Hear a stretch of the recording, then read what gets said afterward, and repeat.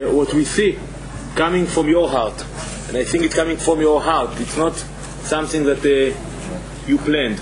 What's coming from your heart, that you support Israel unconditionally. And for that matter, you are so instrumental in supporting Israel.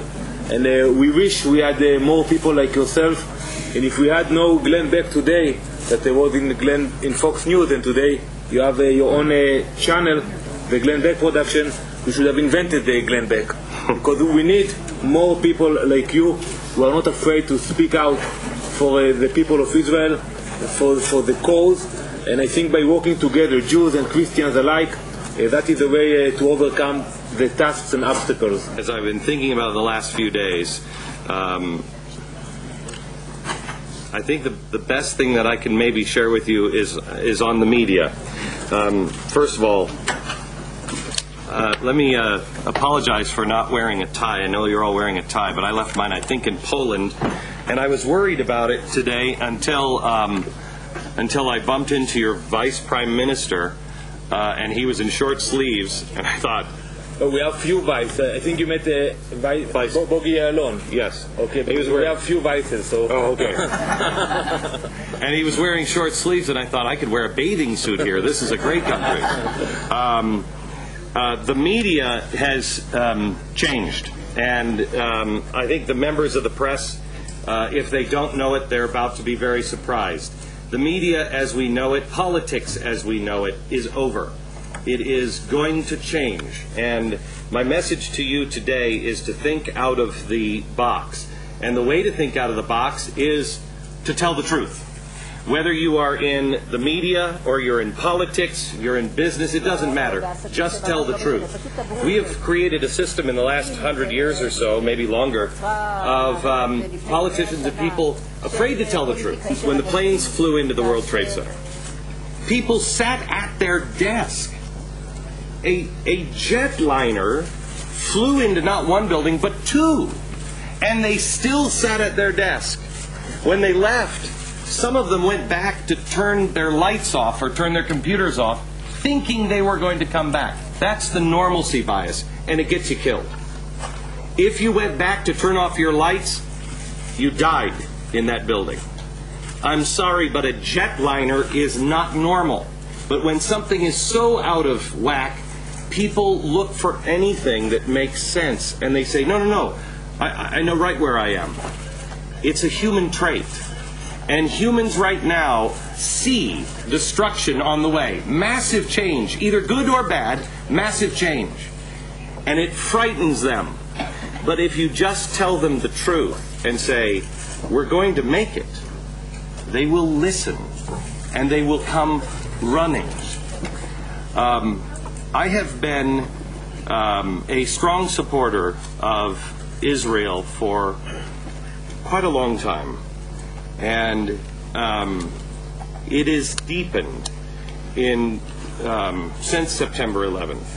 I was a typical schlub American that, I really didn't know what was going on in the world, and I was cool. As long as I had NASCAR on TV, I was fine. And the Middle East always seemed like it's been going on for thousands of years. What are we going to do? What am I going to do? Please. So I didn't pay attention. But I started my national radio program 4 days after September 11th.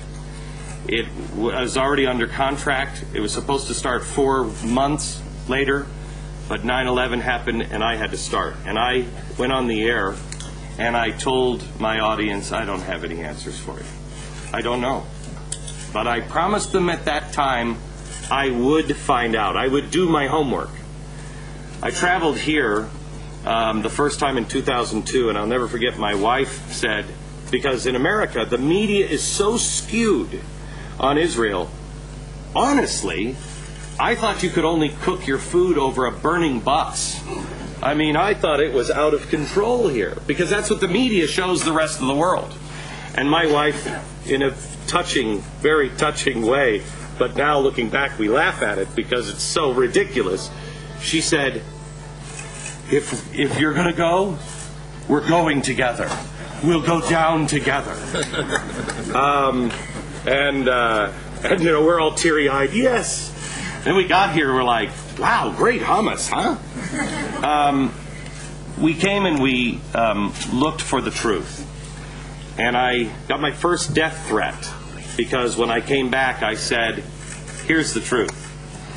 The Israeli-Palestinian conflict at the ruling class is about the destruction of Israel and about the end of the Western way of life. Period.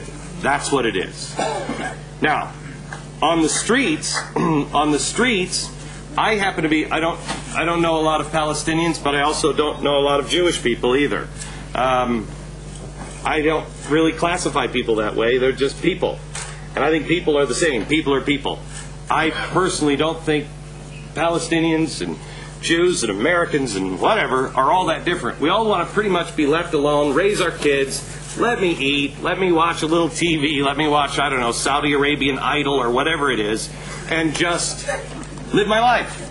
That's what people want to do. Rulers want to control. And that's where our trouble gets in. Because there are people that want to control. And now is their time, especially because the world is about to go into chaos. As I have walked around the streets, this is the second time this year I've been back, and I am truly, truly humbled and disturbed by what people say to me on the streets. They will stop me, and I have never felt anything like it. I've never felt anything like it. People will come to me on the streets and they will sincerely thank me for saying the truth. They will sincerely look at me, and I get the feeling that they're wide awake and they know what's happening and they know what's coming in the world, and they sincerely, I had a guy say to me, you let to live here, you ever have trouble, you come, you take my house. And I wanted to say, could I see it first? But he meant it sincerely. And what's disturbing about it is, if a guy just gets on television, on radio, and says the truth, if that's so unusual, Israel and the Western way of life is in grave, grave danger.